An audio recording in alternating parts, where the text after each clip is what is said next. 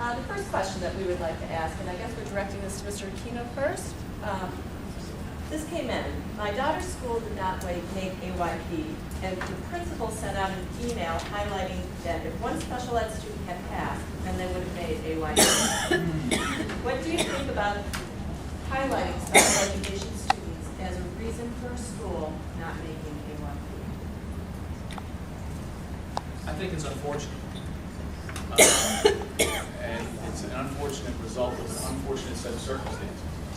The information that is that comes out subsequent to the testing identifies where and how each school misses. The fact that the principal identified that issue as being the sole reason for not making AYP is, again, unfortunate. That information, however, is public. So whether or not they have specifically come out and said it, people could find that information out. Do I support that method of disclosure? No. And I have to admit I prefer it to happen. Go down the line, or Just go down the line. So Bob, and that's 30 seconds, right? 30 seconds. I tell you this, is that I think we need to strive and make sure that our teachers, our administration, our educators understand that because your child has special needs or didn't help you make that test, we need to ensure that we offer a quality education to every child in that school. And my goal would be to make sure that that one child is the success the year next after that.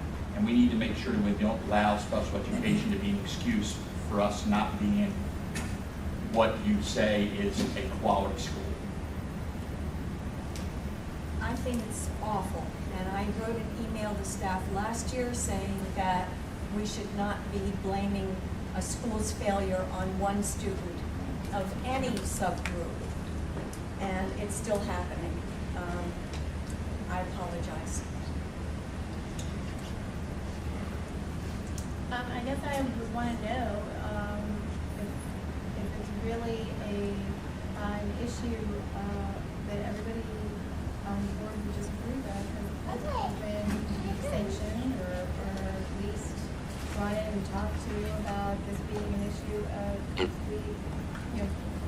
this issue being completely unacceptable, and what's preventing it from happening at all? You know, we've had debates numerous times, and I know Mr. Crawford's had the same issue happen at his school, and he mentioned that as well, so I'm looking forward to hearing the principal's perspective from Mr. Crawford. But I think the overlying issue here is that we look at children as numbers now because of the way we focus the definition of success on standardized tests. And so I can't help but think that because of the way we define success this way, we've made our principals susceptible to looking at children much the same way that we define success that way. I think our Board of Education needs to look at ways to really define success of a child, and we can avoid these situations in the future. Thank you, Brian, for that lead-in. My school last year did not make AYP in the special education subgroup, so I know how it feels firsthand to see our teachers and educators across the board feel that burden. And it's more than just that one subgroup. It's the MSA and the system that we place and the pressure that we place on educators to gauge student achievement on one measure or one assessment. I feel that email was sent was demoralizing.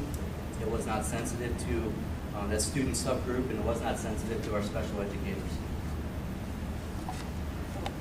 Personally, I think the AYP is on its way out because it's sort of a ludicrous premise to begin with.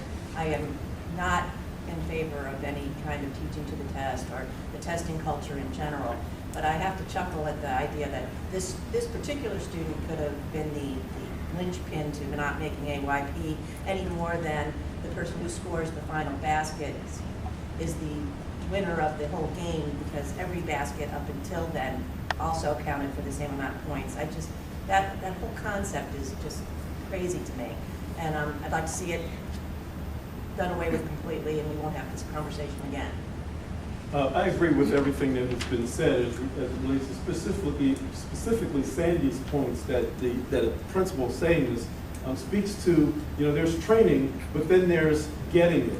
And it's one thing to go to a class and be trained, it's another thing to really get it and understand. And I think, just in using the sports analogy, as a school, we win as a team. You work on individual skills, but we win as a team. And so I don't think it's good to knock one person or one group on the team because the team didn't make the goal, didn't win the game.